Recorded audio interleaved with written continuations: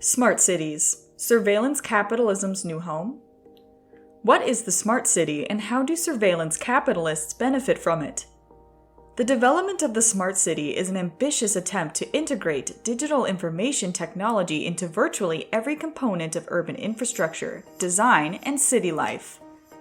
Proponents of the smart city have advocated for its development on the following argumentative grounds: sustainable urban mobility and infrastructural expansion, integrated digital systems that track waste management, the dynamics of public and private transportation, as well as energy use, data-driven insights into policy and regulation at the corporate and individual citizen level, knowledge sharing and open data governance/management, the procurement of novel performance indicators and quantifiable metrics that better define the benefits and pitfalls of infrastructural design and maintenance choices. Data. The more we have, the better? Data scientists and machine learning researchers often say that digital products they create are only good as the data that drives them.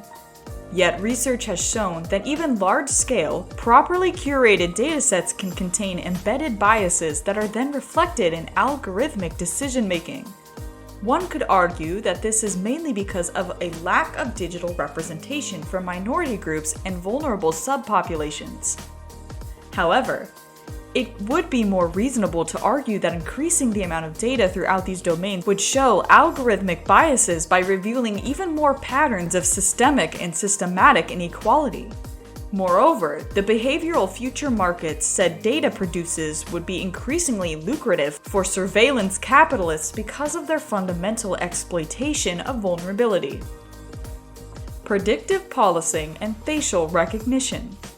One of the most popularized concerns surrounding the development of smart cities involves widespread citizen-level surveillance using facial and gait recognition technology.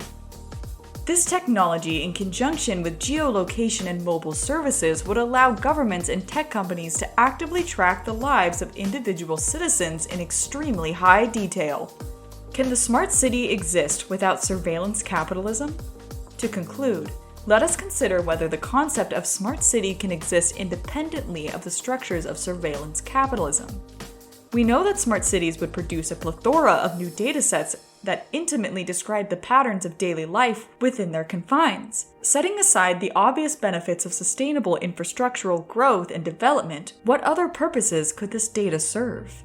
If data were not being sold for the purpose of behavioral prediction and analysis, then it would appear its use is rather limited.